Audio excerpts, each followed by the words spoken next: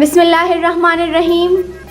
تعریف اور شکر اس ذات کے لیے جو کائنات کا خالق، مالک اور رازق ہے، اور درود و سلام ہو اس پیغمبر انقلاب پر جس نے ہمیں جینے کا ڈھنگ سکھایا۔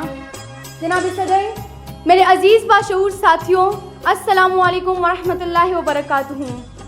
میرا آج کا موضوع صرف الفاظ کا مجموعہ نہیں، یہ میرے قوم کے وجود کا سوال ہے۔ میں آپ سے پوچھتی ہوں، تاریخ کو پڑھنا آسان ہے یا تاریخ بنانا؟ پڑھنے والا ماضی کا قیدی ہے یا مستقبل کا معمار؟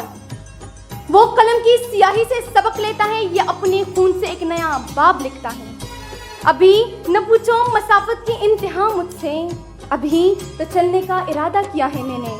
نہ تھکوں گا نہ رکوں گا یہ قسم کھائی ہے، کیونکہ یہ تاریخ نہیں مستقبل لکھا ہے میں نے۔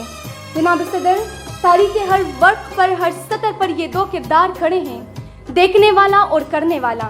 آج میں آپ کے سامنے اس عظیم دوراہے پر بات کرنے آئی ہوں جہاں ہمیں یہ فیصلہ کرنا ہے کہ کیا ہمیں صرف پیچھے مڑ کر قصے کہانیاں سنتے رہنا ہے یا اپنی تلوار اور قلم کی نوک سے نئی تقدیر رقم کرنی ہے۔ جناب صدر، تاریخ کو پڑھنا ہرگز برا نہیں، یہ عمل ہماری بنیاد ہے۔ تاریخ ہماری اجتماعی یادداشت ہے۔ تاریخ ہمیں بتاتی ہے کہ کیسے ہزاروں سالوں میں انسان نے پتھر کے زمانے سے لے کر ایٹمی دور تک کا سفر طے کیا۔ تاریخ ہمیں وہ سبق سکھاتی ہے جس کی قیمت ہمارے آباء و اجداد نے خون سے ادا کی۔ تاریخ پڑھ کر ہمیں غلطیوں سے بچنے کا شعور ملتا ہے، اپنے عظیم ہیروز کے خوابوں کا ورثہ ملتا ہے، اور معلوم ہوتا ہے کہ کوئی بھی بڑا مقصد قربانی کے بغیر حاصل نہیں ہوتا۔ جناب صدر، تاریخ پڑھنا ایک روشن چراغ ہے، لیکن یہ چراغ اسی لیے نہیں کہ ہم اس کی روشنی میں بیٹھ کر ماضی کی رات کھریدتے رہیں، بلکہ یہ اسی لیے کہ ہم اس کی روشنی کو لے کر مستقبل کے تاریک جنگلوں میں اپنا راستہ بنائیں۔ تاریخ کا صرف مطالعہ کرنا ایک ذمہ دارانہ سکون ہے، لیکن کیا سکون سے بڑھ کر کوئی تباہی ہے؟ جناب صدر، تاریخ پڑھنا کیوں ضروری ہے؟ یہ قوموں کے عروج و زوال، غلطیوں اور کامیابیوں کا راز ہے۔ تاریخ کو پڑھنا علم ہے، مگر تاریخ بنانا ایمان ہے۔ پڑھنے والا صرف نام و واقعات کو جانتا ہے، لیکن تاریخ بنانے والا ناممکن کو ممکن کر دکھاتا ہے۔ تاریخ بنانے والا زمانے کے زنجیروں کو توڑتا ہے، جو یہ نہیں ہو سکتا پر مجھے کرنا ہے کا نعرہ لکھتا ہے۔ جناب صدر، تاریخ بنانا کیا ہے؟ یہ ان صدیوں پرانی غلط روایات سے نافرمانی ہے جو ہماری ترقی کے راستے میں رکاوٹ بن چکی ہے۔ یہ وہ جرت ہے جو آرام دہ زندگی کو ٹکرا کر کانٹوں بھرے میدان میں اپنے خوابوں کی فصل بونے کے لیے تیار ہو۔ لکھنے سے بہتر ہے تاریخ بن جانا، علم سے روشن ہے تقدیر کا افسانہ۔ جناب صدر، جب بھی کسی قوم نے تاریخ بنائی، اس نے سب سے پہلے اپنی ذہنیت کو بدلا۔ اس نے کہا، آج ہم وہی نہیں رہیں گے جو ہم کل تھے۔ تاریخ بنانے والا قلم اور کتاب کو ہتھیار بناتے ہیں، پناہ گاہ نہیں۔ قائد اعظم محمد علی جناح نے صرف تاریخ کا مطالعہ نہیں کیا تھا، انہوں نے برصغیر کے تمام قدیم روایات کو چیلنج کیا اور ایک نئے ملک کی تاریخ بنا دی۔ جو قومیں تاریخ بناتی ہیں وہ کبھی مٹتی نہیں، ان کے کردار سے زمانے کے چراغ جلتے ہیں۔ عظیم لوگ اپنی عظمت کی وجہ سے تاریخ کا حصہ بن جاتے ہیں۔ یاد رکھو، لکھنے والے بھلائے جاتے ہیں، تاریخ بنانے والے دلوں میں بسائے جاتے ہیں۔ جناب صدر، قرآن مجید میں سابقہ قوموں، قوم عاد، قوم ثمود اور فرعون کے قصے بیان کیے گئے ہیں۔ مقصد یہ کہ ہم ان کی ہلاکت خیز غلطیوں سے عبرت حاصل کریں۔ مسلمانوں کو صرف اپنے ماضی پر فخر نہیں کرنا چاہیے، بلکہ اپنے اعمال و کردار سے آنے والی نسلوں کے لیے مثال بننا چاہیے۔ جناب صدر، ہجرت نبوی صلی اللہ علیہ وآلہ وسلم ایک عظیم فیصلہ تھا جس نے اسلامی ریاست کی بنیاد رکھی اور دنیا کی تاریخ کا دھارا موڑ دیا۔ یہ ایک واقعہ نہیں تھا، تاریخ بنانا تھا۔ جناب صدر، تاریخ پڑھنا یا بنانا دونوں ایک دوسرے کے لازم و ملزوم ہیں۔ مسلمان سائنسدان، مفکرین، ابن سینا، جابر بن حیان اور الخوارزمی جیسے علماء نے علم کے لیے دروازے کھولے اور دنیا کے علم میں قابل قدر اضافہ کیا۔ یہ بھی تاریخ بنانا ہے۔ تاریخ بنانے کا مطلب چیلنج قبول کرنا۔ تاریخ بنانے والا اپنے عمل سے حالات کو سازگار بناتا ہے۔ تاریخ ان لوگوں نے نہیں بنائی جو آرام دہ کرسیوں پر بیٹھے رہے، تاریخ ان لوگوں نے بنائی جو میدان عمل میں اترے۔ ڈاکٹر عبد القدیر خان نے اپنی عمل سے تاریخ میں اپنا نام روشن کیا۔ عمل سے زندگی بنتی ہے جنت بھی جہنم بھی، یہ خاکی اپنی فطرت میں نہ نوری ہے نہ ناری۔ جناب صدر، ہمیں اپنے عظیم ماضی پر فخر ہے، لیکن ہمارا اصل امتحان ہمارا حال ہے۔ ہم صرف تاریخ کے صفحات پلٹنے والے نہیں، بلکہ تاریخ کے نئے صفحات لکھنے والے بننا ہے۔ جو وقت کو پہچان لے وہی تاریخ بناتا ہے۔ غفلت کے اندھیروں میں قومیں مٹ جاتی ہیں، قلم کے صفحے مٹ جاتے ہیں وقت کے طوفان میں، کردار کے نقوش رہتے ہیں صدیوں کی جان میں۔